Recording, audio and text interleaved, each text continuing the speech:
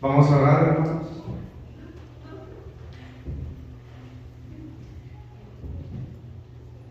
Padre Santo, Señor, una vez más, le pedimos en este momento que nos bendiga de una manera especial, Señor. Que nos llene de su palabra, que nos permita, Señor, poder reconocer esos embates que vienen a nosotros en el tiempo del fin, Señor. Esas falsas doctrinas, y que podamos, Padre, mediante su bendición, mediante la guía de su Espíritu Santo, poder reconocer, Señor, estas amenazas y poder desecharlas de nuestra vida, Señor. Pero también que nos ayude, Señor, a saber que estamos en el tiempo del fin y que podamos reafirmar nuestra fe en la palabra suya, Señor, en su verdad, en sus creencias, Padre. En el nombre de Jesús. Amén. Amén. Feliz sábado, hermanos. Amén. Parece que esta vez sí me oigo bastante bien, ¿verdad? Ahora sí me escuchan.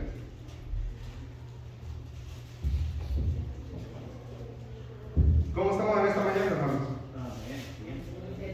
Bendecidos. Interesante lo que está sucediendo alrededor de nosotros en este tiempo en el que estamos viviendo. Tiempos donde incluso Rusia está haciendo guerra, ha muerto mucha gente. Y no cabe duda que estamos en tiempos del fin, ¿no es así? ¿Cuántos de nosotros creemos que estamos cerca de que este mundo llegue a su etapa final? ¿Cuántos de nosotros? Yo creo que todos, ¿verdad? Lo que está sucediendo a nuestro alrededor nos lo deja bien claro. Estamos pasando tiempos muy difíciles. Y nuestro Señor, nuestro Salvador está ya a las puertas. Está cerca nuestra redención. Así es que vamos a leer nuevamente 1 de Juan, capítulo 4 y el versículo 1. Aquí el apóstol Juan, en esta primera epístola, se encuentra preocupado, y es la preocupación que tiene es para que nadie fuese engañado por falsos profetas, y él hace una recomendación. Miren lo que dice ahí. 1 de Juan 4:1 dice: amados, no creáis a todo espíritu, sino probad los espíritus si son de Dios, porque muchos falsos profetas han salido por el mundo.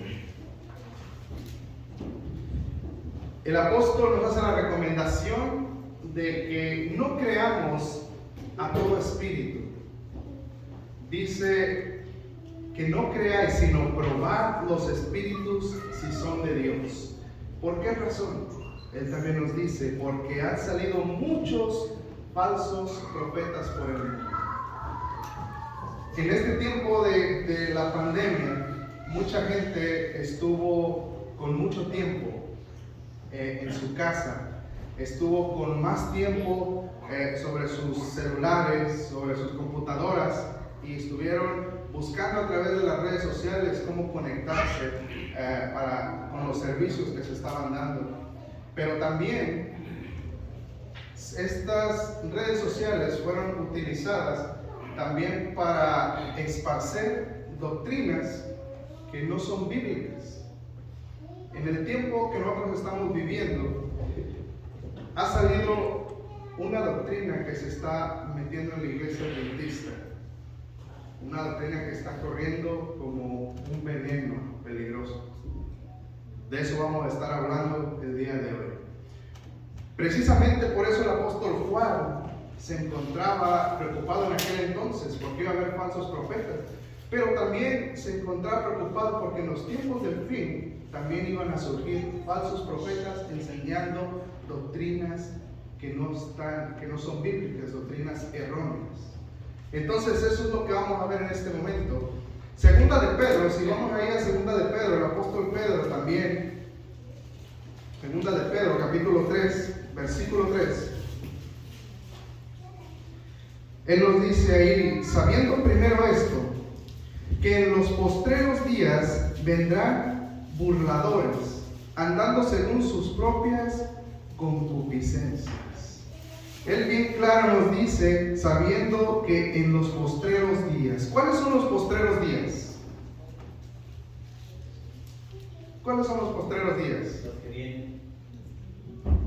Esa es, hermano. Si la puede esconder un poquito, un ratito, y ahorita se la estudio, pero esa es. Los postreros días, el tiempo del fin.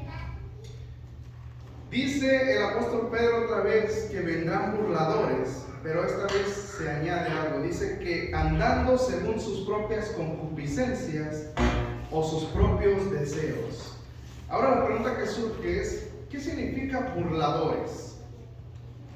Según el diccionario dice adjetivo, se entiende por burlador el que burla, engaña, elude, evade, escapa, engatusa, falsifica, rechifla y que bufonea. Y dice este vocablo se puede usar como sustantivo. Pero entonces burlador dice que significa el que evade, falsifica, el que engatusa.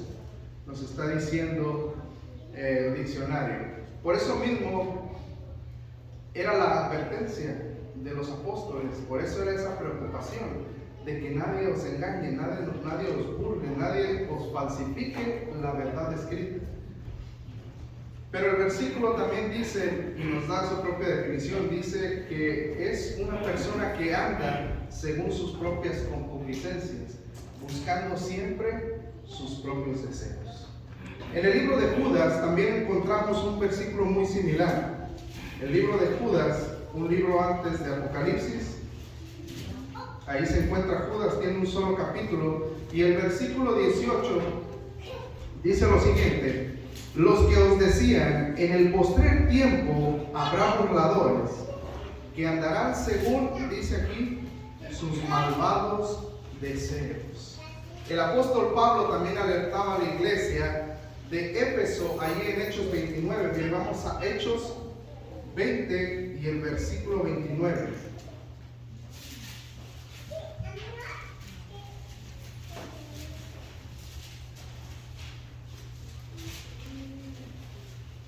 Dice la palabra de Dios: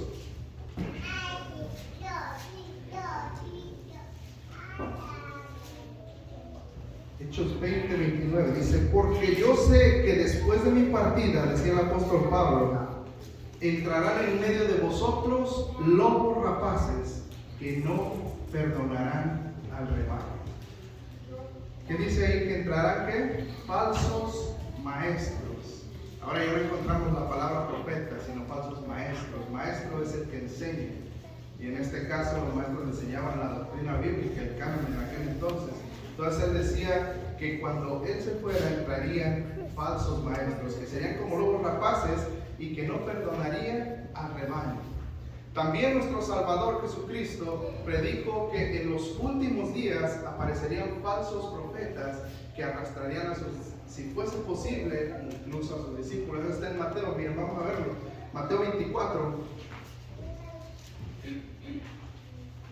Mateo 24, 24.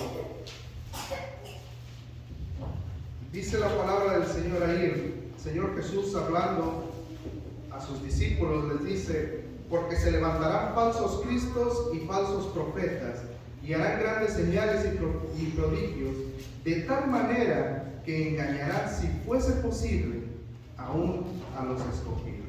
Y yo le doy gracias a Dios por esta palabra, si fuese posible, porque no dice engañará a los escogidos, engañará solamente a los que no están preparados para detectar estas falsedades. Entonces, es que en estos tiempos del fin estamos viviendo tiempos muy peligrosos. El pueblo de Dios en este tiempo del fin debe de permanecer firme y fiel a la verdad. Tendrá que enfrentarse con errores doctrinales tan sutiles que, de ser posible, engañarían a los mismos escogidos.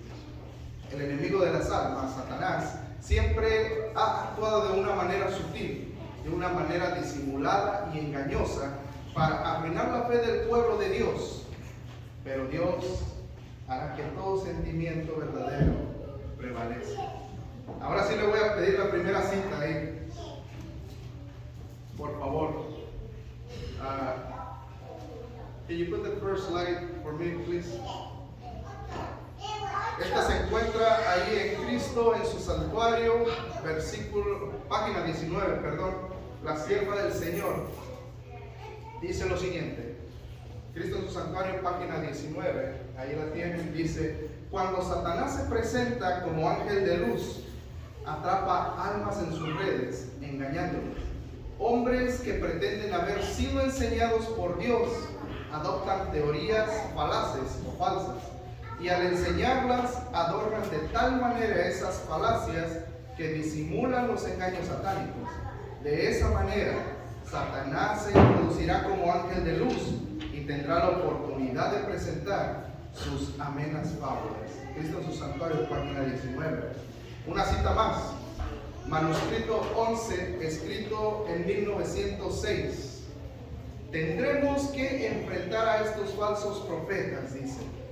Se esforzarán por engañar a muchos. Si me la puedes cambiar, por favor.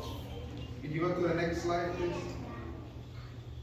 Vuelvo a leer desde el principio. Tendremos que enfrentar a estos falsos profetas. Se esforzarán por engañar a muchos, induciéndolos a aceptar falsas teorías. Muchos pasajes de las Escrituras serán tan mal aplicados que en apariencia estas teorías engañosas estarán basadas en la palabra que Dios ha hablado. Se apropiarán de la preciosa verdad para sostener y establecer el error. Esos falsos profetas que pretenden ser enseñados por Dios tomarán preciosos pasajes de las Escrituras que han sido dados para adornar la verdad y los usarán como vestiduras de justicia para cubrir teorías falsas y peligrosas. Aún algunos a quienes en tiempos pasados el Señor honró se apartarán tanto de la verdad que defenderán teorías erróneas concernientes a muchos aspectos de la verdad, incluso la cuestión del santuario. Y me llama la atención esta cita, porque ¿cuál es la iglesia que enseña, la única iglesia que enseña la doctrina del santuario? La iglesia adventista del séptimo día. Es el pueblo de Dios, es la iglesia del Señor. Por eso estos continuos ataques que Satanás hace de una manera tan sutil, que incluso dice hombres que fueron honrados, que Dios les mostró gran luz, que tienen mucha sabiduría, que tienen muchos años predicando la palabra. Incluso ellos, decía la cita, han apostatado de la fe. Y ellos enseñarán doctrinas erróneas y contrarias a la palabra de Dios. En la actualidad se ha estado infiltrando entre nuestras filas doctrinas contrarias a nuestra fe. Doctrinas que se están predicando por personas que proclaman ser adventistas o aún han apostatado de la misma fe adventista. Algunos de ellos son personas muy influyentes que hablan de una doctrina que dice que al final todos van a ser salvos, que al final de la historia nadie se va a perder, que Dios no mata, que el que mata es Satanás, que incluso el mismo Satanás y sus ángeles se van a salvar.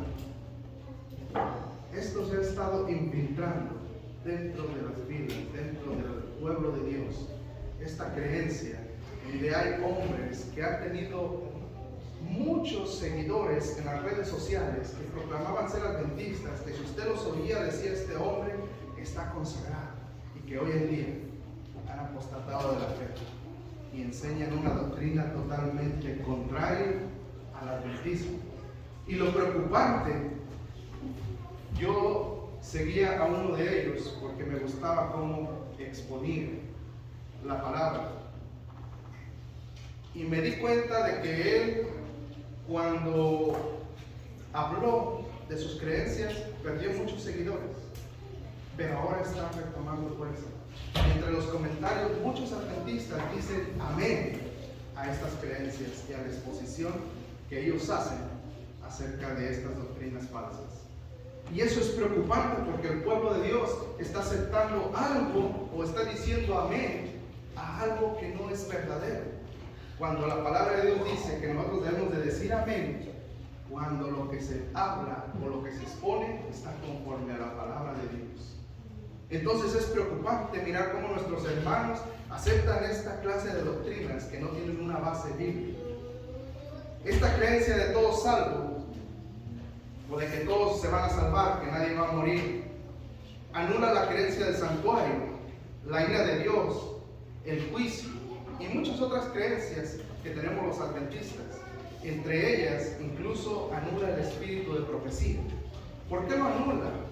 Porque como su creencia de ellos no concuerda con el espíritu de profecía, entonces deciden ellos decir que Elena de White no es la profeta de Dios en nuestros tiempos. Esta doctrina se conoce como el universalismo cristiano. El universalismo cristiano es la creencia de que mediante la expiación de Jesucristo, todas las personas finalmente se reconciliarán con Dios y existirán en un estado de salvación por la eternidad. Sin embargo, la creencia del universalismo no es una creencia nueva. Dice que los primeros teólogos cristianos que desarrollaron un tipo de teoría o teología universalista son los pertenecientes a la escuela de Alejandría, allá por el año 180, entre los que destacaba un hombre llamado Orígenes. El universalismo de Orígenes se basaba en el concepto de la apocatástasis, que significa restauración final de todas las cosas en la unidad divina en el fin de los tiempos. Pero fue en Estados Unidos donde el universalismo se desarrolló como una denominación independiente con estructura y organización propias. Los universalistas estadounidenses se fusionaron o se unieron con los unitarios para formar la Asociación Unitaria Universalista en 1961. Y decidí en esta mañana hablar de este tema porque hay pastores que han apostatado a nuestra fe por esta creencia. Hay estudiantes de teología, en Sudamérica está creciendo bastante. Hay maestros que están enseñando, incluso dentro de nuestra iglesia, esta clase de doctrinas. Pero la pregunta es ahora, ¿qué enseña la palabra de Dios al respecto? ¿Defiende el universalismo? ¿Es verdad que Dios no mata? Si mata, ¿será que todos van a ser salvos al final? ¿Qué es lo que enseña la palabra de Dios al respecto? En esta ocasión, por el tiempo, solamente vamos a tocar el punto de Dios ejecuta sus juicios o no los ejecuta. En realidad el que mata es el diablo. Primeramente vamos a ver que Dios actúa de dos formas para ejecutar sus juicios. Actúa de manera activa y de forma pasiva. Y eso lo vamos a explicar en este momento. Vamos a empezar con la manera activa. Cuando Dios actúa de manera activa, es cuando Él mismo ejecuta sus propios juicios. Por ejemplo, la historia del diluvio, ahí en Génesis. Vamos a Génesis y vamos a leer el capítulo 6, Génesis 6. Y vamos a leer el versículo del 5 al 8. Génesis 6, 5 al 8 dice: Y vio Jehová que la maldad de los hombres era mucha en la tierra, y que todo designio de los pensamientos del corazón de ellos era de continuo solamente al mal. ¿Quién fue el que vio? Jehová, dice, empezando el versículo. Ahora dice, ¿y se arrepintió quién? Jehová, de haber hecho al hombre en la tierra, y le dolió su corazón. Y dijo Jehová, ¿qué fue lo que dijo Jehová? Raeré de sobre la faz de la tierra a los hombres que he creado, desde el hombre hasta la bestia, hasta el reptil y las aves del cielo, pues me arrepiento de haberlos hecho. Aquí encontramos a Dios actuando de una manera activa. Dios ve que la tierra está completamente corrompida. Vio que las personas estaban de continuo al mal. entonces Dios decide ejecutar sus juicios en estos momentos. Y Él mismo dice, raeré de la tierra. Ahora el versículo 13. Dice el versículo 13 ahí en el mismo capítulo. Dijo después Dios a Noé, he decidido. ¿Quién decidió otra vez ahí? Dios. He decidido, dice Dios, el fin de todo ser, porque la tierra está llena de violencia a causa de ellos. Y he aquí que yo los destruiré con la tierra. ¿Quién tomó la decisión? Jehová. ¿Quién va a destruir a los impíos? Jehová. Pero los universalistas podrían decir, eso no es así. No quiso decir eso en la palabra de Dios. Porque Dios no mata. Porque hay un mandamiento en la ley de Dios que dice no matarás y Dios no puede quebrantar su ley. Pero hay algo que nosotros como adventistas comprendemos, que Dios es soberano. Y los 10 mandamientos es el carácter de Dios. Y aquí estábamos leyendo en su palabra que dice que Dios fue el que tomó la decisión. Pero ellos podían decir que no, y podían tomar argumentos con esta historia, y la tomé porque ellos utilizan esta historia y otra que vamos a ver para decir que Dios no mata. Pero ahora miren lo interesante. Ahora el versículo 17 dice lo siguiente: y he aquí que yo traigo un diluvio de agua sobre la tierra. ¿Quién iba a traer el diluvio? ¿Satanás?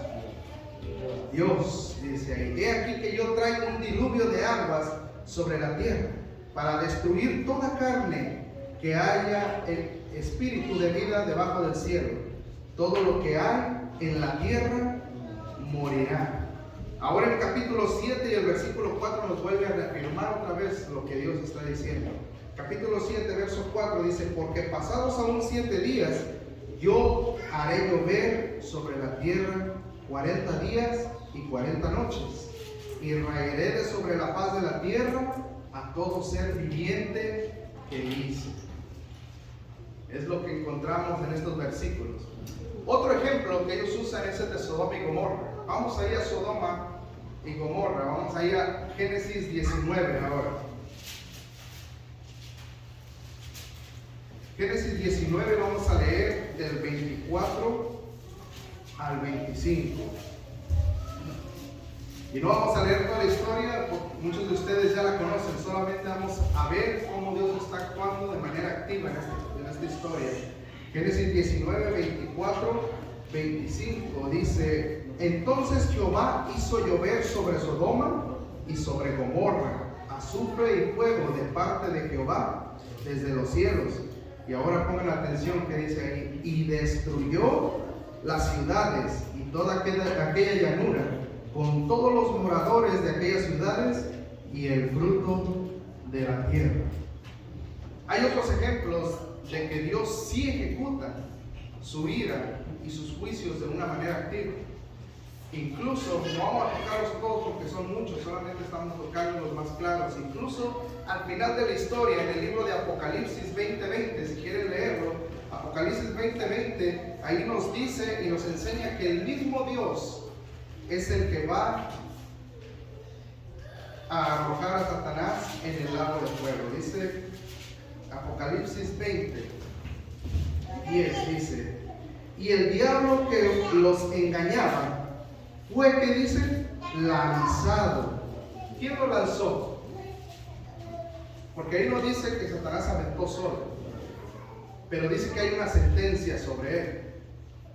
Y esa sentencia la dio Dios, y dice que el que engañaba fue lanzado en el lago de fuego y azufre, donde estaban la bestia y el falso profeta, y serán atormentados día y noche por los siglos de los siglos. Aquí nos muestra que Dios mismo va a destruir a Satanás. Ahora, antes de pasar a la forma pasiva que actúa Dios, esta es la forma activa, cuando Él mismo ejecuta su propio juicio o la ira de Dios, cuando Él mismo es el que lo hace. Pero ahora vamos a poner unos principios, aquí vamos a poner una base. Hay una forma, un proceso que Dios sigue, y este proceso es que en primer lugar Dios no destruye sin antes dar luz o gran luz al mundo o a una civilización o a una ciudad. Primero es lo que primero Dios hace, siempre da gran luz para que todos puedan mirar la verdad. En segundo lugar, Dios siempre da un periodo de tiempo para que la gente se arrepienta, lo que se le llama, se le conoce como tiempo de gracia. Eso es lo que Dios da. En tercer lugar, si la gente no responde a esta gran luz, a esta advertencia y no se arrepiente, llega el tiempo en que Dios cierra el tiempo de gracia. Y entonces viene la destrucción. Pero la destrucción no viene porque Dios sea un tirano o se goce en destruir a sus criaturas, sino viene porque la gente rechazó por voluntad propia la gran luz que Dios nos ha dado. Por último, Dios antes de destruir, saca, protege, salva a sus fieles o a su pueblo. Y eso lo miramos en las historias con Noé, los que acabamos de ver. Ahí como a Noé le dijo que entrara en el arca, como en Sodoma y Gomorra sacó a Lot y su familia, y cómo lo rescata. Siempre Dios saca o salva a su pueblo. Y esta misma secuencia se repite vez tras vez en cada una de las historias donde Dios actúa activamente, incluyendo la destrucción final. Dios es un Dios de amor y de misericordia. Él no quiere que nadie se pierda, sino que todos procedan al arrepentimiento. Pero el problema es que cada persona es la que decide su propio destino: salvación o perdición eterna. Pero también encontramos ejemplos de que Dios actúa de manera pasiva. La manera pasiva es que Dios se retira y entonces el diablo es el que destruye. Y eso es lo que vamos a ver en estos ejemplos. El ejemplo lo encontramos en el libro de Job, en uno de los primeros ejemplos, el libro de Job, capítulo 1, versículo 12. Vamos al libro de Job, capítulo 1.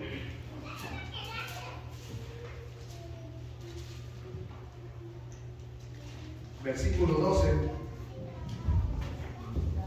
Dice: dijo Jehová a Satanás: he aquí todo lo que tiene en tu mano, solamente no pongas tu mano sobre él. Y salió Satanás de delante de Jehová. ¿Qué hizo Jehová aquí? ¿Quién fue el que se hizo a un lado para que entrara Satanás? Jehová. Entonces, esa es la forma pasiva de la que Dios actúa para ejecutar sus juicios. Hay otra historia que podemos encontrar en Jueces 6.1. Es otro ejemplo de una manera diferente. Jueces, capítulo 6 y versículo 1. El libro de Jueces.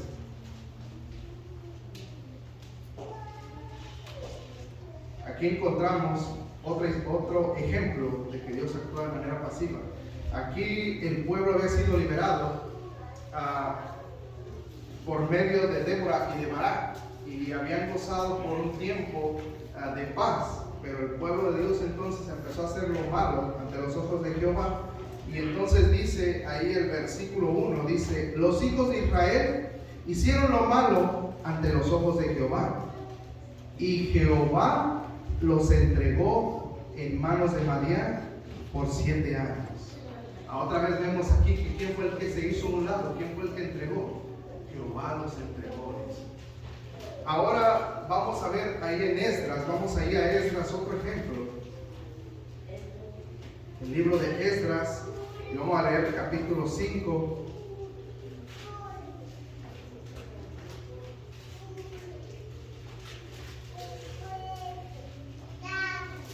Capítulo 5 y vamos a leer el versículo 12.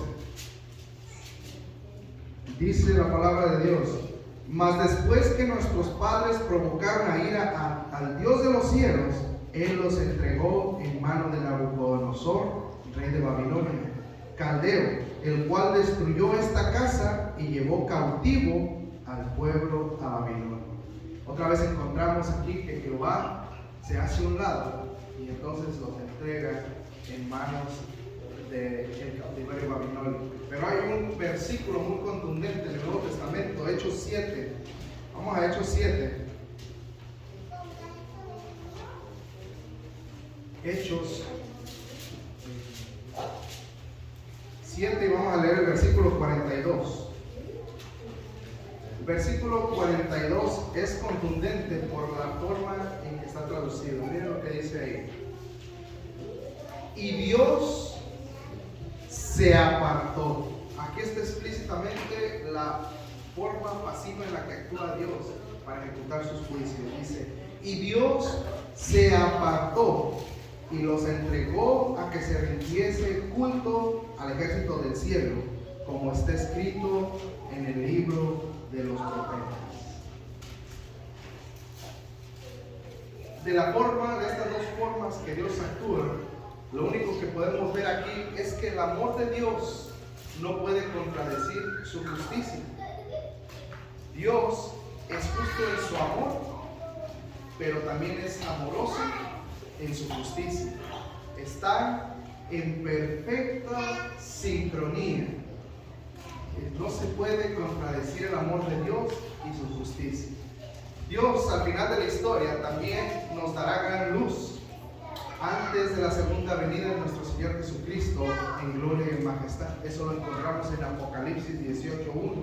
Dice en Apocalipsis 18:1 que un ángel baja del cielo e ilumina toda la tierra con su resplandor, y el mundo tendrá la oportunidad de arrepentirse.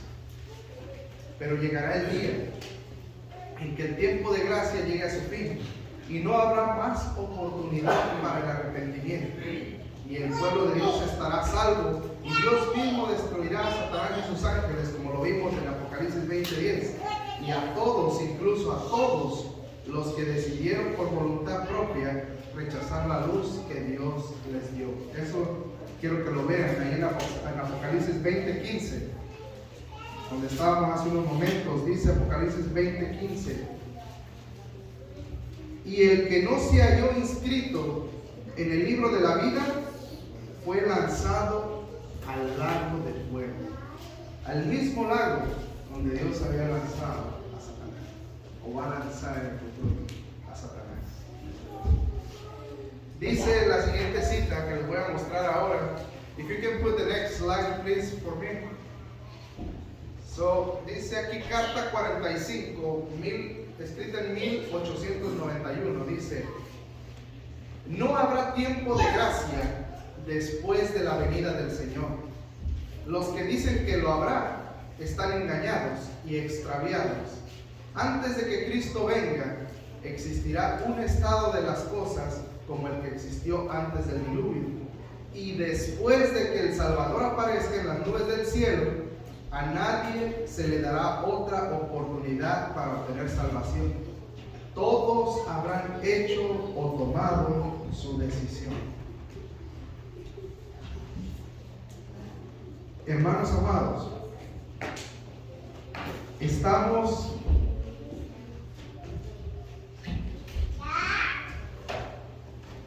en nuestros días mirando la advertencia que nos hacían nuestros apóstoles, que el mismo Jesús nos hacía, que se iban a infiltrar falsos profetas, falsos maestros, que se mirarán como ovejas, pero por dentro serán lobos rapaces. Personas que muchos de ellos son sinceros, pero que han sido engañados por estas fábulas y sutilezas. De personas que buscan un evangelio liviano y sin compromisos. Un evangelio que no tenemos nada que hacer. Al final del día vas a ser salvo. Simplemente tienes que aceptar el sacrificio de Jesús.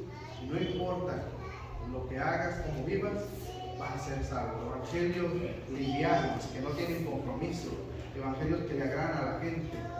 Evangelios donde, si meditamos un poco en lo que ellos enseñan, nos daremos cuenta que si al final de la historia nadie se va a perder y todos se van a salvar, incluso Satanás y sus ángeles, entonces ¿Para qué un cambio de vida?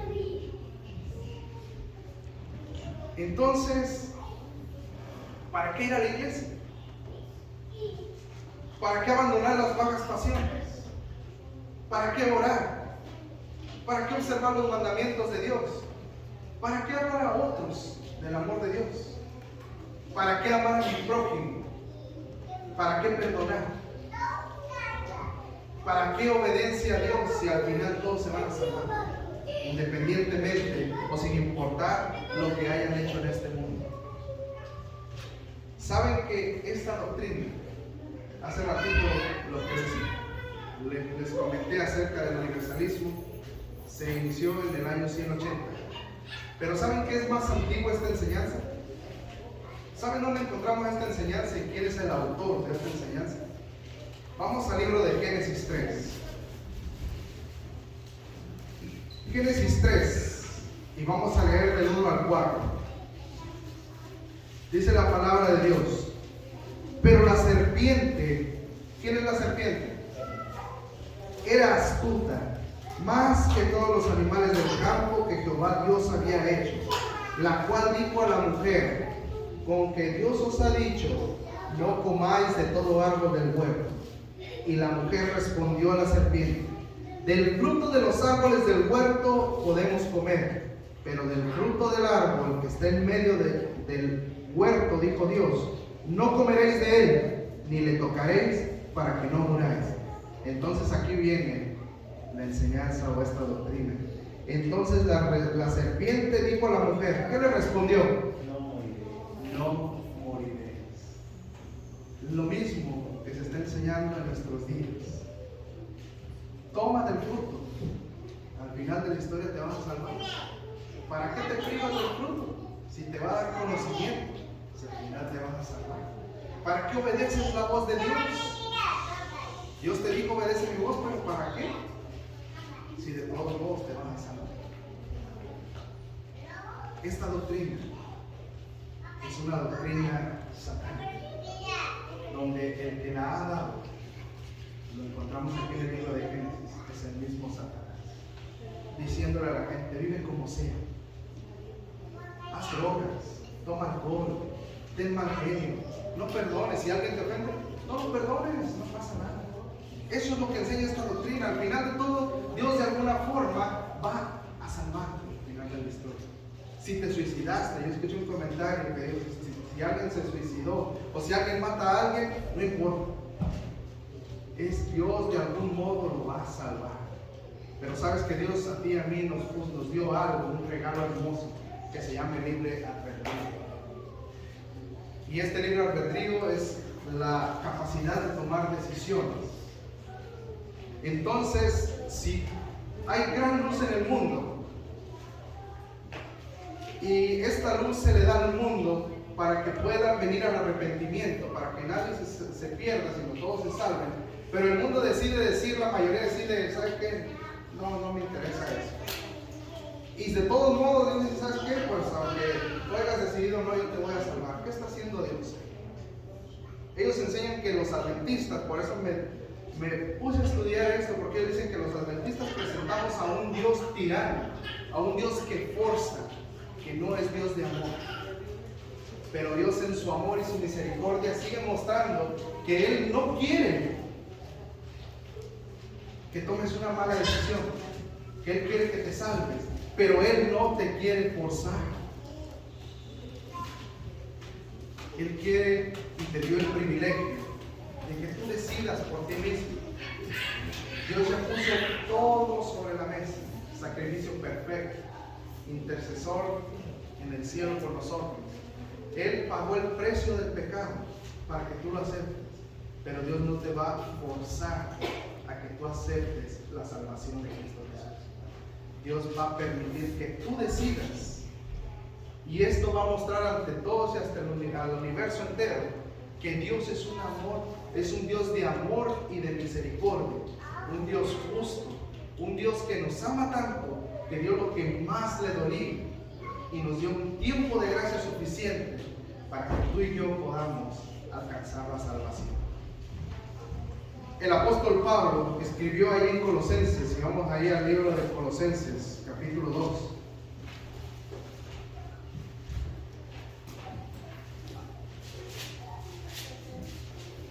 Colosenses, capítulo 2, versículo 8, dice lo siguiente: mirad que nadie os engañe por medio de filosofías y huecas sutilezas, según las tradiciones de los hombres, conforme a los rudimientos del mundo y no según Cristo. Nuestro Salvador también, con ese amor que nos tiene, Él dice ahí en Mateo 24:4, miren, vamos ahí. Los apóstoles le preguntaban ahí en Mateo 24, Señor, ¿qué acontecerá en el tiempo del fin? ¿Qué señal habrá de tu venida? Les decían ellos. Ellos querían saber para estar preparados. ¿Qué señal habrá de tu venida y del fin del siglo? Y entonces Jesús les responde. Lo primero que les responde es, versículo 4, mirad que nadie os engañe. Porque podemos ver guerras, podemos ver rumores de guerras, podemos ver hambruna, pandemias, podemos ver cómo gente, los demonios se apoderan de ellas y hacen masacres, y ellos dicen que escucharon una voz que les decía, o todas esas razones que ellos dan. Podemos ver cómo la perversidad en el mundo ha crecido, pero la primera preocupación del Salvador era cuidar que nadie os engañe, porque puedes reconocer todo lo que está pasando y decir, ciertamente estamos en el tiempo del fin. Pero las sutilezas del diablo son en las doctrinas verdaderas bíblicas. Por eso el Señor decía, cuidado. Lo demás está bien que lo sepas, pero sobre todo, mirad que nadie os engañe, decía el Señor Jesús. Y lo dijo para que nosotros pudiéramos tener en cuenta y buscar lo que es la verdad. ¿Y dónde está la verdad del Señor? En la palabra de Dios. Él dijo lo siguiente, ahí en Mateo 5:39. Dijo Jesús: escudriñad las Escrituras, porque a vosotros os parece que en ellas tenéis la vida eterna, y ellas son las que dan testimonio de mí.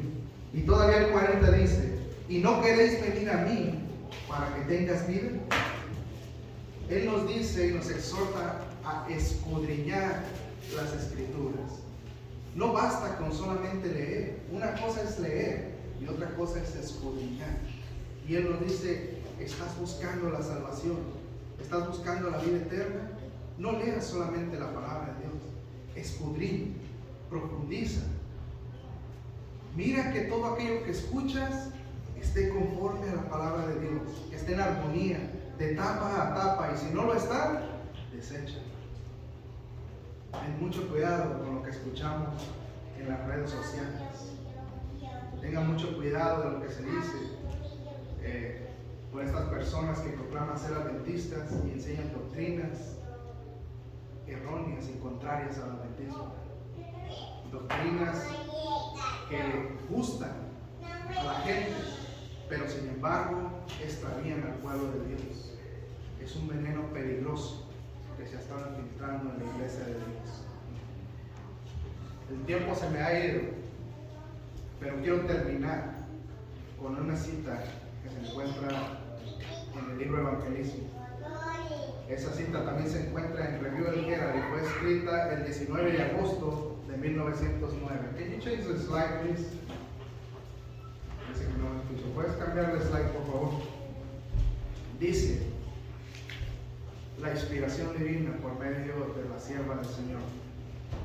La terquedad natural del corazón humano resiste la luz de la verdad. La orgullosa estima de su opinión conduce a la independencia del juicio y a la adhesión a las ideas y a la filosofía humanas. Algunos se hallan en constante peligro de abandonar la fe por un deseo de originalidad. Desean hallar alguna verdad nueva y extraña para presentar, tienen un nuevo mensaje que dar al pueblo, pero tal deseo es una trampa del enemigo para cautivar la mente y apartarla de la verdad. El Señor desearía que los que comprenden las razones de su fe descansen su confianza en aquello por lo cual han sido convencidos, es la verdad, y que no se vuelvan de la fe por la presentación de sofisterías humanas. En estos últimos días necesitamos una fe grande y creciente. Necesitamos ser arraigados en la fe por un conocimiento y una sabiduría que no provenga de ninguna fuente humana, sino que se halla solo en las riquezas de la sabiduría de Dios. Los que han aceptado la verdad del mensaje del tercer ángel se han de mantener firmes por la fe, y ésta los retendrá para que no sean llevados por las supersticiones y teorías que los separarían entre sí y de Dios. Yo no sé cuántos han escuchado esta doctrina, pero yo sé que está siendo muy sonada. Tengamos cuidado, hermanos, de todo lo que digamos en las redes sociales. No todo proviene por inspiración divina. No todo proviene de personas que tienen una doctrina basada en la Biblia. Hay muchas doctrinas erróneas como esta. Incluso personas que profesan ser adventistas las están proclamando entre el pueblo. Tengamos mucho cuidado. Escudriñemos la palabra de Dios. Reafirmemos nuestra fe. Estudiemos más tiempo en oración. Pidámosle a Dios que sea Él el que nos guíe a toda verdad. Que su Espíritu Santo sea el que nos lleve y nos muestre la verdad bíblica. Pidámosle a Dios en oración que Él sea el que nos muestre el error, el que nos muestre el camino que lleva hacia la salvación. Pidámosle a Dios que libre a su pueblo de todo mal. Pidámosle a Dios juntos que permita que nosotros que tomamos púlpitos, líderes de la iglesia, proclamemos la verdad con poder, que desmascaremos todas estas doctrinas que se están infiltrando, para que todo aquel que crea en Él, en Cristo Jesús, no se pierda, mas tenga vida eterna. La oportunidad y la mesa está servida, pero depende de ti y de mí tomar la decisión. Al final de la historia solamente se salvarán los que están escritos en el libro de la vida, los que han tomado la decisión por Cristo Jesús, los que han optado, aunque no les guste, aunque les duela, aunque cueste mucho trabajo dejar todas esas cosas que nos atraen, optar por el Evangelio eterno, el Evangelio verdadero, por vivir una vida como la vivió Cristo, y por optar, decidir entregar su vida al Señor. Pidámosle a Dios que nos lleve a la patria celestial, que nos proteja y nos cuide, que levante hombres valientes, como lo ha estado haciendo en estos últimos días, hablando acerca de esta doctrina contraria, y que nosotros, Él nos ponga en nuestra mente el querer como el hacer y aceptar la verdad divina, la verdad de Dios. Hagamos tiempo, hermanos, para estudiar este libro hermoso. Este libro hermoso es lo único que nos va a evitar que no seamos arrastrados por las corrientes y por las sutilezas que Satanás tiene para el tiempo de hoy. Así es que quiero invitarte en este momento, si tú aceptas de aquí en adelante estudiar la palabra y pedirle a Dios con fervor que te guíe por el camino de la verdad, vamos a orar. Te invito a ponerte en pie y vamos a orar para pedir la bendición de nuestro Dios en este momento. Yo voy a poner de rodillas. Si tú quieres poner de rodillas adelante, si no, vamos a orar al Señor. Nuestro buen Padre y amante Dios, Señor, usted ha dicho en su palabra que cuando miréis que acontecen todas estas cosas, erguíos vuestras cabezas, porque vuestra salvación está cerca. Señor, nosotros miramos cómo está el mundo, pero también, Señor, vemos cómo se han infiltrado estos falsos profetas, estos falsos maestros, estos lobos rapaces, y han hecho que muchos se extravien, Señor, de su verdad. En este momento, Señor, le pedimos que nos consagre, que nos dé el querer como el hacer, que ponga el deseo en nosotros de escudriñar su verdad, de estudiar su palabra, de conocer de usted, de aceptar a Cristo, pero también de aceptar, Señor, su juicio, su justicia, no solamente el amor, sino todo lo que es su carácter, Señor. Ayúdenos a conocerlo en verdad, porque muchos estamos como Job, que dijo al final de su libro: de oídas te había oído, pero ahora te conozco. Y eso es lo que queremos hacer nosotros, Señor, conocerlo, ser adoradores en espíritu y en verdad, Señor. Por eso le pedimos en esta hora que nos libre del mal, que nos enseñe, Señor, a reconocer estas sutilezas y podamos desecharlas de nuestra vida, Señor. Podamos reconocerlas y alertar a otros que hay peligro. Ayúdenos, Señor, a crecer como su iglesia. Reafírmenos, Señor, en su fe. Denos la fuerza y la fortaleza. Denos la bendición de su Espíritu Santo para que podamos alcanzar salvación, Señor. Bendíganos ahora que vamos a casa también. Bendíganos, Señor, y llévenos con bien.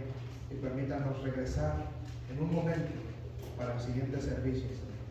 Se lo pedimos en el nombre de Jesús, Señor. Amén.